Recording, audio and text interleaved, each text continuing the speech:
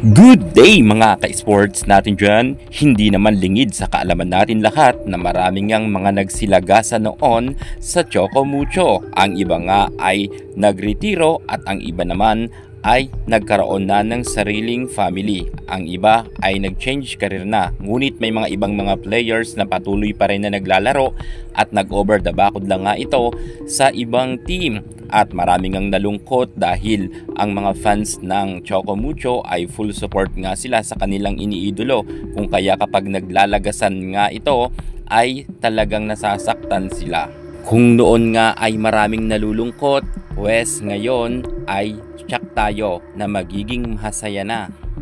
Kung noon ay maraming mga nalulungkot dahil naglalagasan nga ang Choco Mucho players, pero ngayon talagang magiging masaya nga kayo dahil marami na ngang balita ngayon na di umano ay magsisilipatan na muli or babalik na nga sa Choco Mucho dahil ang iba nga ay finish contract na sa ibang team at ang iba naman ay sadya talagang tinanggal na at umalis. Meron naman na disband, kung kaya talagang aasahan natin na maraming ang papasok sa Choco Mucho na mga bagong players. At eto na nga ang mga dating mga players na umalis sa Choco Mucho muling magbabalik. Grabe talaga ang pasabog ngayong PVL 2026. Talagang kakaiba dahil maraming issue at marami talagang mga aabangan tayo na mga malalakas na team. At eto na nga, ang Choco Mucho ay nagpapalakas na matapos ngang sumadsad ang kanilang standing sa pinakamababa.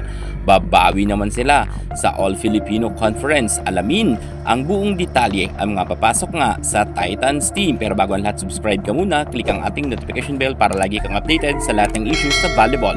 Susunod na!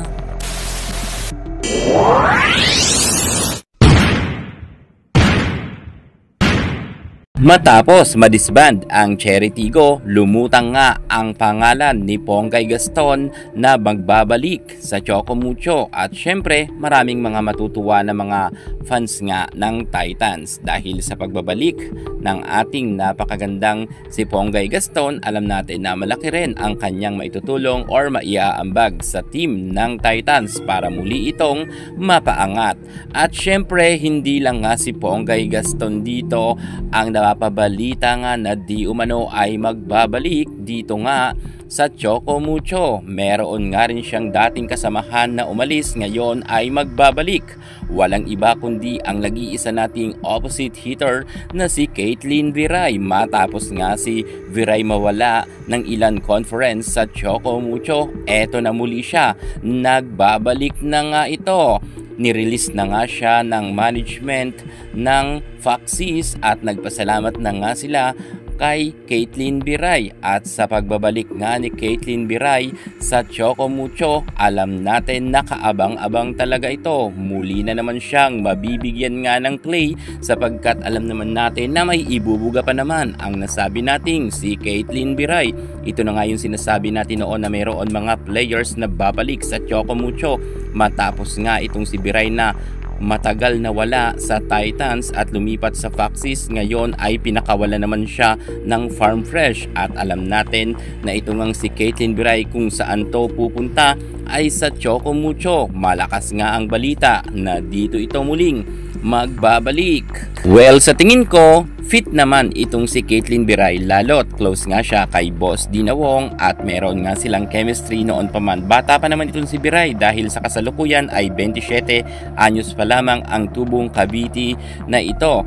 At syempre ang opposite hitter nga na si Viray ay mayroon na rin mga napatunayan. Noon nga ay nagkaroon na rin sila ng silver medal sa UAAP bago nga siya umalis. At ng 2017 sa season 79 sa UAAP Beach Volleyball, tinanghal nga rin siyang Rookie of the Year. Talagang magaling naman itong si Viray at may ibubuga pa. At hindi naman natin yan maitatanggi. Kinakailangan lang talaga siya na ibabad nga ng coach na hahawak sa kanya at wag siyang iburo sa bangko para magamit nga ni Viray at maipalabas niya ang kanyang itinatagong galing. Kaya kung sakasakaling ang si Caitlin Viray ay mapunta muli sa Choco Mucho, marami ngang mga matutuwa talagang mga fans ni Boss D.